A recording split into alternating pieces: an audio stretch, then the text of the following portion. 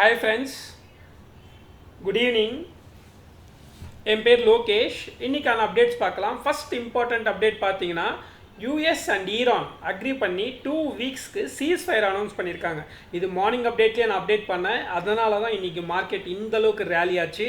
கிட்ட ஓப்பனிங்லேயே பார்த்தீங்கன்னா 700 to 800 points gap up open ஆகி அங்கேருந்தும் மார்க்கெட் வந்து தொடர்ந்து ஒரு 100 to 150 பாயிண்ட்ஸ் வந்து ரேலி ஆச்சு ஃப்ரெண்ட்ஸ். இது வந்து ரொம்ப இம்பார்ட்டண்ட்டான அப்டேட். இதனால தான் மார்க்கெட் நம்மளுக்கு இந்த அளவுக்கு ரேலி ஆச்சு. நெக்ஸ்ட் இம்பார்ட்டண்ட்டான அப்டேட் பார்த்தீங்க அப்படின்னா ஆர்பிஐ வந்து ரெப்போ ரேட்டில் எந்த ஒரு சேஞ்ச் இல்லை, அன்சேஞ்சுன்னு கொடுத்துருக்காங்க. அது மட்டும் இல்லாமல் ஜிடிபி க்ரோத் வந்து நல்லா இருக்குன்னு சொல்லியிருக்காங்க. 6.9 வந்து எக்ஸ்பெக்டேஷன் விட கொஞ்சம் பெஸ்ட்டாக இருக்குது.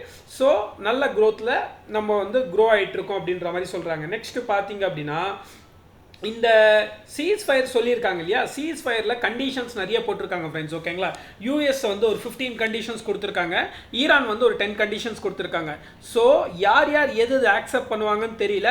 ஸோ நாங்கள் டிஸ்கஸ் பண்ணிட்டு இருக்கோம்னு சொல்கிறாங்க. ஆனால் மெயினாக யூஎஸ் சொன்னது அந்த நியூக்ளியர் பவர் பிளான்ட்டை ஸ்டார்ட் பண்ணக்கூடாது, அங்கே இருக்கிற யுரேனியமை கொடுத்துடணும் அப்படின்ற மாதிரி சொல்லியிருக்காங்க. ஓகேங்களா, அதுக்கு ஈரான் ஆக்செப்ட் பண்ணுவாங்களான்னு தெரியல.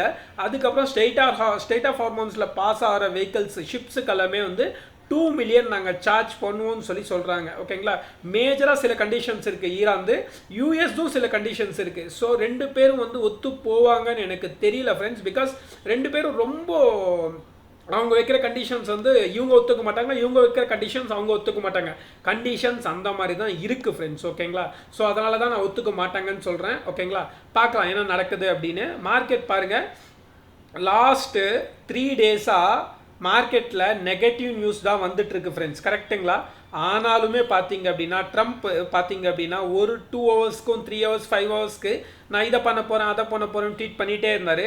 பட் இவ்வளோ தூரம் ஃபால் ஆன மார்க்கெட்டு இதுக்கப்புறம் நீ பண்ணு, அதுக்கப்புறம் நான் ரியாக்ட் ஆகிடுறேன், மார்க்கெட் அந்த மாதிரி தான் சொல்ல ஆரம்பிச்சிச்சு. ஓகேங்களா, ட்ரம்ப் போடுற ட்வீட்டுக்கு மார்க்கெட் ரியாக்ட் ஆகலை, இதுதான் உண்மை. லாஸ்ட் 2-3 டேஸாகவே ஹெவி ட்வீட் போட்டுட்டு இருந்தார். நைட்டாக காலி பண்ணிவிடுவேன், பவர் பிளான்ட் அடிச்சிருவேன், அது இது சொல்லிட்டு இருந்தார். நானே ரொம்ப பயந்துட்டு இருந்தேன், என்ன நடக்க போதோ, மக்கள் ஏதாவது ப்ராப்ளம் ஆச்சுன்னா எப்படி அப்படின்னு ரொம்ப யோசிச்சுட்டு இருந்தேன். பட் என்னன்னா மார்க்கெட்டில் பாருங்கள், இந்த 3 டேஸில் க்ரீனில் வந்துச்சு.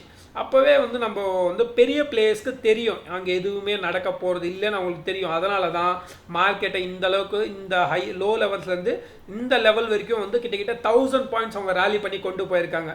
பட் நம்மளுக்கு இந்த இடத்துல மட்டும்தான் தெரியும் அவங்க வந்து சீஸ் ஃபயர் கொடுத்துருக்காங்க. ஓகேங்களா, இந்த மாதிரி நம்ம வந்து அவங்க சீஸ் ஃபயர் கொடுத்ததுக்கப்புறம் என்னாச்சு, இங்கேருந்து மார்க்கெட் வந்து ஒரு 700 to 800 பாயிண்ட்ஸ் கேப் அப் ஆகி அங்கேருந்தும் மார்க்கெட் ரேலி ஆயிடுச்சு. ஓகேங்களா, நம்மளுக்கு 26,000லேருந்து ஃபால் ஆன மார்க்கெட் ஆல்மோஸ்ட் ஆல் இப்போது ஒரு 20 to 40% வந்து நம்மளுக்கு ரிகவரி ஆயிடுச்சு ஃப்ரெண்ட்ஸ். ஓகேங்களா, ஸோ நெக்ஸ்ட்டு பார்த்தீங்க அப்படின்னா இதுதான். ஓகேங்களா, இது ஒரு இம்பார்ட்டண்ட்டான அப்டேட். என்ன அப்படின்னா இப்போ வார் நிற்க போகுது அப்படின்னு அனௌன்ஸ் பண்ணிட்டாங்க அப்படின்னா நம்ம இந்தியா ஏன் வந்து நம்ம இந்தியன் அட்வைசரி வந்து ஈரானில் இருக்கிற மக்களை வந்து வெளியே வந்துருன்னு சொல்கிறாங்க. இது ஒரு பாயிண்ட் நோட் பண்ணிக்கோங்க. அங்கே வந்து 14 டேஸ் கழிச்சியோ ஏதாவது நடக்க போச்சு அப்படின்னா நம்ம இந்தியன் மக்களுக்கு பிரச்சனை வரும்னு சொல்லி முன்னாடியே வந்து இந்தியன் மக்களை வெளியே கூப்பிடுறாங்க. இதுவும் வந்து நோட் பண்ணிக்கோங்க.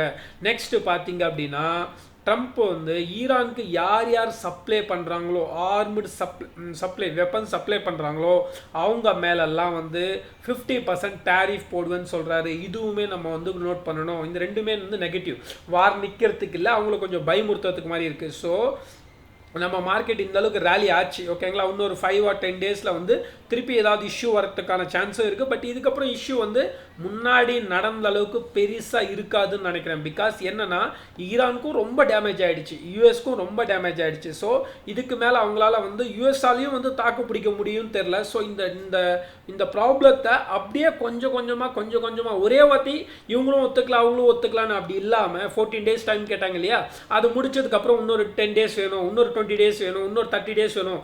இது அப்படியே தள்ளி போட்டு அப்படியே வந்து கூல் ஆஃப் பண்ணிடுவாங்கன்னு நான் நினைக்கிறேன். இவங்க கண்டிஷன்ஸ்க்கு அவங்க ஒத்துக்க மாட்டாங்க, அவங்க கண்டிஷன்ஸ்க்கு இவங்க ஒத்துக்க மாட்டாங்க ஃப்ரெண்ட்ஸ். பிகாஸ் நான் வந்து ஏன்னா அந்த கண்டிஷன்ஸ் அந்த அளவுக்கு இருக்குது. ஸோ அதனால ஒத்துக்க மாட்டாங்கன்னு நான் நினைக்கிறேன். நெக்ஸ்ட் இப்போ லாஸ்ட்டாக பார்த்தீங்கன்னா SGX நிஃப்டி கிட்டத்தட்ட ஒரு 80 to 90 பாயிண்ட் வந்து நெகட்டிவ்ல இருக்குது.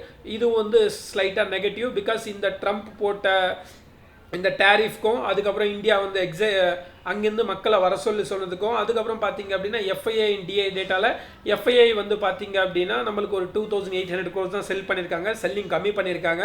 பட் டிஏஎஸ் வந்து பார்த்தீங்கன்னா 4000 crores கிட்ட பை பண்ணியிருக்காங்க ஃப்ரெண்ட்ஸ். ஓகேங்களா, வார் வந்து இதோட க்ளோஸ் ஆகணும்னு நான் நினைக்கிறேன். பட் வந்து இதுக்கப்புறம் வந்து பெருசான இம்பேக்ட் இருக்கிறதுக்கான சான்ஸ் இல்லைன்னு நினைக்கிறேன் ஃப்ரெண்ட்ஸ். ஓகேங்களா, வீடியோ பிடிச்சிருந்தா லைக் பண்ணுங்கள், ஷேர் பண்ணுங்கள். தேங்க்ஸ் ஃபார் வாட்சிங். தேங்க்யூ.